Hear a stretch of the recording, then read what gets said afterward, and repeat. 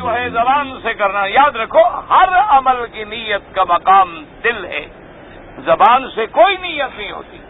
یہ تو صرف ہم ایک یاد کرتے ہیں کیونکہ ہم بھولے بھٹکے لوگ ہیں, ہمیں تو پتہ ہی نہیں ہوتا نا کہ اصل پڑھیں یا اصل پڑھیں, ورنہ اصل نیت جو ہے وہ دل میں ہے.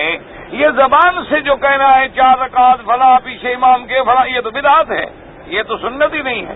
ابھی آپ کس نماز کے لیے کھڑے ہیں؟